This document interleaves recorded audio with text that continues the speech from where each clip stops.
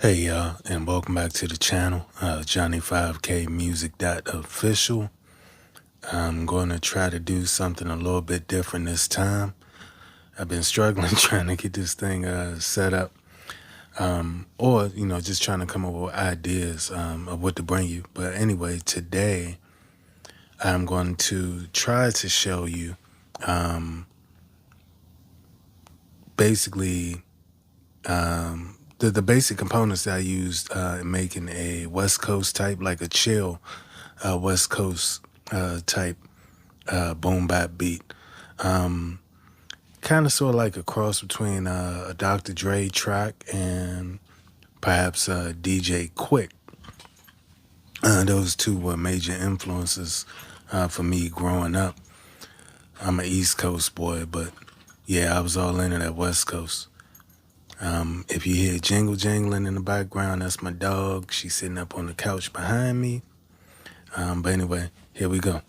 All right, so the first thing I started out with was my drums. So that's what I normally start out with first. So for here, basically, I entitled it Filter Drums because I start out with a basic pattern like this.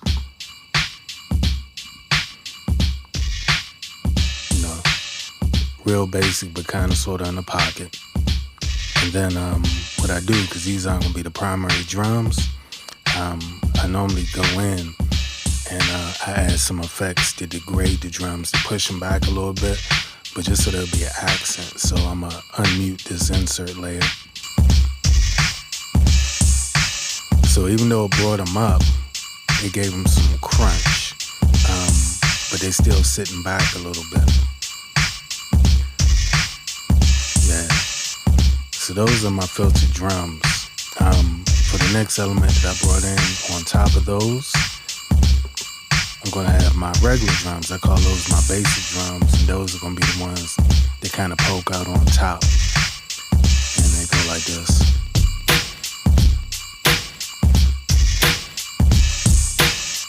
Yeah. Had to put that 808 in there. That filtered 808, because you got to give that ass. Let's jump. You know what I mean? Make your stuff knock when you're pulling up to the spot or whatever. Now, from the drums, the next thing that I tend to do is I find like the main element, like the very what's the word? Not consistent. Find a steady element to be like my pad, or to be the bed element for my melody or chord. So this is what I came up with for the chord. Is very basic, but it gets the job done. Here we go. Nice little piano chord. Just 2 chords. Very easy progression. And I like to have my musical elements sitting like very low, being as though this is hip hop. Sometimes, depending on the kind of hip hop track that I'm making, I like stuff to be noisy. I like that loud boom bap, like the New York type boom bap. I like my stuff to crunch and munch. But for this is more so I wanted it to be a chill type, lay your top back, in your low rider, or whatever type of vehicle you drive and you ride with your lady or whatever like that. Y'all going somewhere to chill into the sunset, all that good stuff. So this is the chord in relation to the drums. And then of course, after the drums and the first melodic element, comes the next thing. I'm not gonna say normally, but half the time I don't even start with drums. I just kind of get a bass line in my head to go along with the chord. So this is what we have for the initial bass line. I used an analog pluck style bass. Here we go. Got that DJ Quick feel right there. Yeah. So you put that over the drums and the piano, you got Yeah. And I like to have my bass riding low in the mix. You know, put a little. Sometimes I tend to put tube saturation on, or I put diode clipper, because I want those upper harmonics to kind of poke out, especially when using analog bass. Analog bass is for me anyway. In my opinion, the way to go for when you're doing the West Coast style hip hop. Hold on for just a second. I'm gonna adjust the camera, the phone, whatever you want to call it. So that way you get that bottom, you get that meat to it, but then you still keep a little bit of the head. And that's the purpose. Well, that's the reason why I use a little bit of either distortion, normally tube distortion, or for my MPC users, the tube distortion or the diode clip or diode distortion. You just put a little bit on the head. You don't even really have to touch the settings so much as the volume. So leave frequency settings about the same, depending on the mix. And then from here, I add a little accent bass.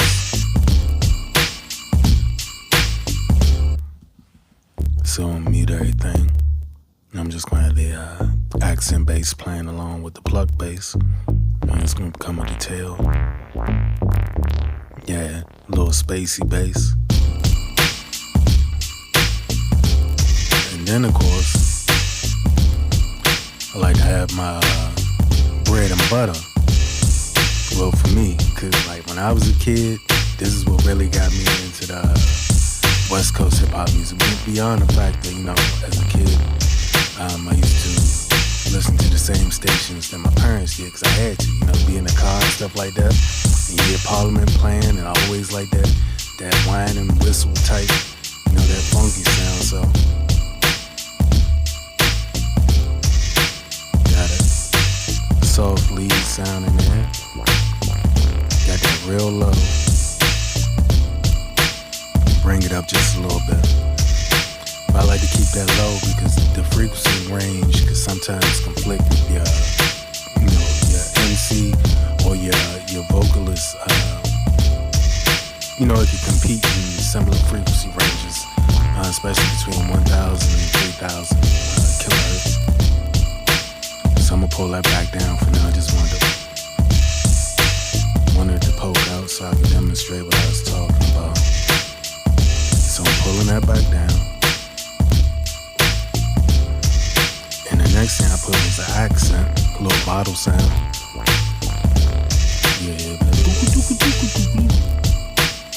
Yeah, when I come back around. And I only put the accent bass for the turnaround. Yeah, the boop, boop, boop. Yeah, little chill sound.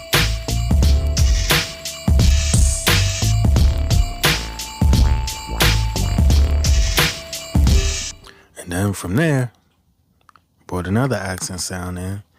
I call it accent bass, but it could be like guitar. I didn't really take too much time in naming the sounds, just kind of sort of so I could do the video, so they'd be more easily identifiable for me to show to you guys. So here we go. This is just gonna be that accent, that little bottle sound I was saying, the little boop boop boop, and the chord and the bass, and then this is gonna be a secondary accent bass or guitar.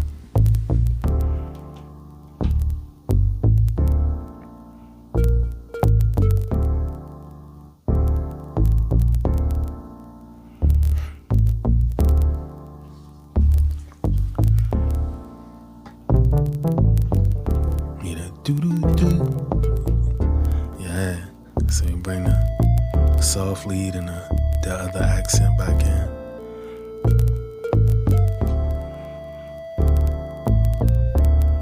That'd be decent for if you decide to drop the drums at any point of the mix, whatever like that. Real chill vibe. I like that real chill vibe you can coast to.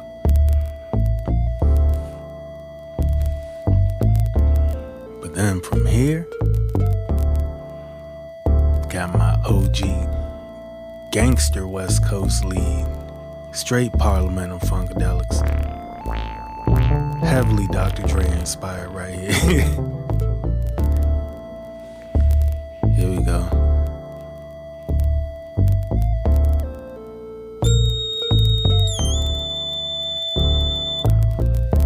Now for that, the instrument that I tend to go to when I want my leads to be kind of raw like that, I normally end up using, let me see here, where is that lead? The OG lead. Yeah, Odyssey. So for that lead sound, I use the Odyssey, and let me see here. For the soft lead, that I actually use Mini D. Mini D is a good place to go. It's a good one-stop shop for like your analog basses and some leads. But you'd be surprised when it's in I'm not sure if it's called paraphonic or polyphonic mode. You can actually make some nice keys with Mini D. So don't sleep on Mini D. If you got it, take a look at it. If you don't got it, or you can't afford it at the moment, because that's like me, Makai, they normally have a lot of sales and stuff like that. So if you catch it on sale, get that Mini D. Because at first I was like, man, I got so many Moog emulation plugins on my computer, because I mainly I used to do my music in the computer. I still mix in the computer. But Mini D is a little bit different, I would say, than any other plugin that I have from, say, not Novation, but Native Instruments, or the Mini Moog emulation that I have from Arturia. And then there was also another one I had, I believe it was through GeForce. But lately, even when I'm on the computer, I use the Mini D. Yeah, but that's that. And then here's a muted bass I added. Also from the Mini D. I'm gonna shut up, let this run.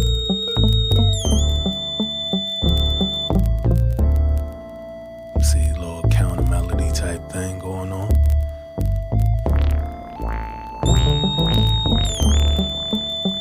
So I like to keep my chill West Coast beats that have similar sounding elements, and even though they don't really sound too busy because it's laid back, yeah, my stuff. And it's the same thing with Dr. Dre, because people say, oh, Dr. Dre's beats be so sparse and they have so much space and that's blah, blah, blah, blah, blah, simple beats, but they sound clean, this and that. Nah, it's not always that they were so sparse. It's about your level setting and stuff like that, and also the element types you use. You make everything sound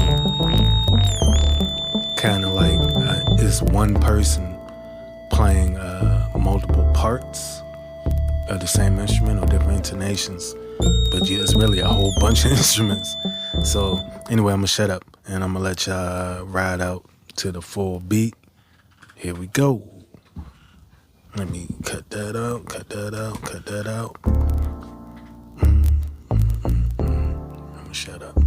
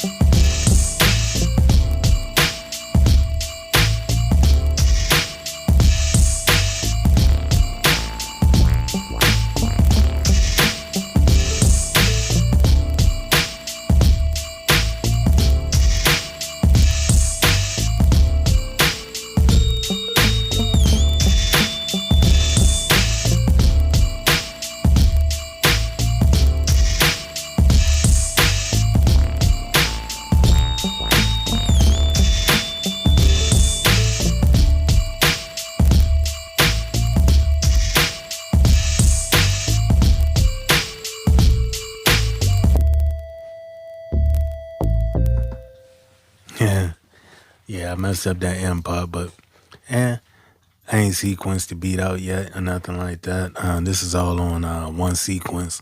I still need to split it down and arrange it and do all that stuff and actually do some mixing to it. But thank y'all for rocking with me for another episode. As soon as I get I can't say get my setup straight, but as soon as I get more comfortable with creating the videos and also how to manipulate the camera, because I'm doing these on my phone, but I have a multi-camera setup, and I need to just figure out how to use OBS, so I can actually have a camera positioned on the screen. I have it zoomed in, so you can see the exact things or motions that I'm making in regards to tuning the sounds. But I thank y'all for rock with me. It's your boy Johnny 5K Music .official. Of course, I don't go by that whole thing, but Johnny 5K Music. And thank you for hanging with me. See you next time. Hope you enjoyed the video. Peace.